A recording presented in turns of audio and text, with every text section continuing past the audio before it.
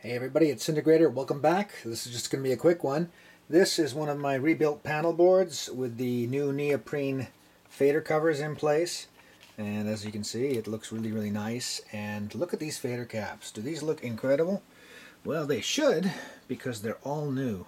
And just take a look at them. This is the reference diagram here, if you will. I'm just showing you all what these fader caps ought to look like when they're new. And as you can see, they have a mirror smooth but slightly brushed surface. They are that uniform blue, which, you know, kind of looks like a sky blue, but at the same time has an element of teal to it. At the same time, here are the, yeah, you see that? Here are the orange ones, and they're white, but really what they are is very light gray. And I've done a little bit of cheating here, first of all, because I got nothing but new caps to put in this one. I didn't totally destroy the ones that were originally in here, but I've been doing experiments on them with Retro-Brite and other things, other techniques to try and restore their original coloring. Once again, there is a surface discoloration that happens to these buttons that makes them look less than new, and that's okay in the case of the orange and the gray. The gray just looks a little grayer, orange looks a little dingier, but the blue for some reason starts to look like steak that's gone bad, and anyone who knows that particular shade of bluish gray is not a good thing. You may have seen the Juno's Blues video. I will get into that.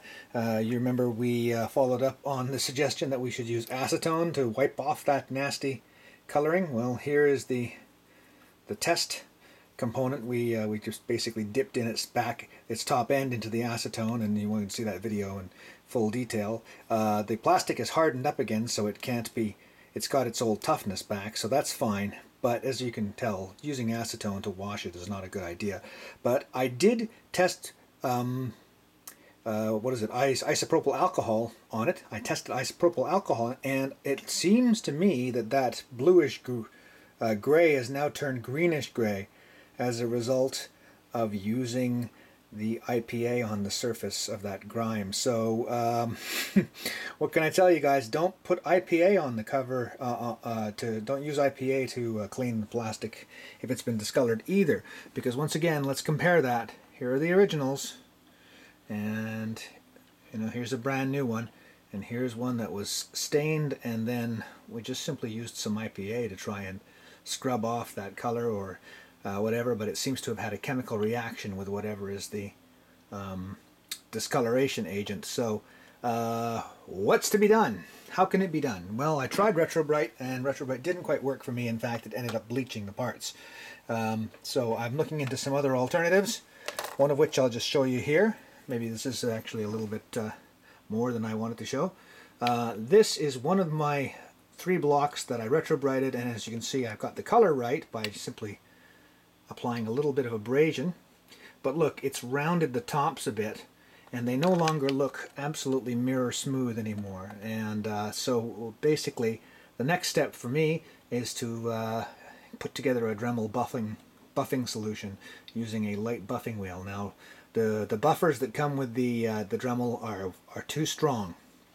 They'll literally gouge out this plastic, so don't just grab a Dremel buffing wheel and go to town. I've been looking into some of the the more girly crafts pages online where they do things like buff stones and make them all shiny and smooth.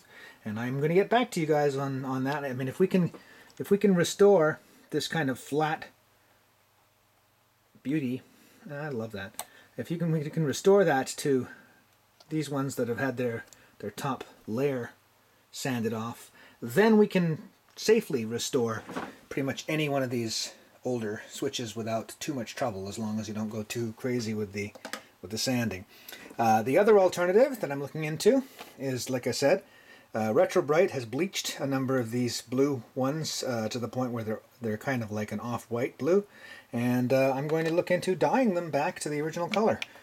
So that's going to be in a future playlist. But in the meantime, here is one panel board completely assembled with new, and it's going into my main Alpha Juno here. No, it's not an Alpha Juno, it's a Juno-106, but what I refer to as Alpha, as in my best one of the 3 that I have. And then this can be finished off and say, well, that project is done. That one keyboard at least is finished. So that's where I'm going from here. So that's Disintegrator signing off.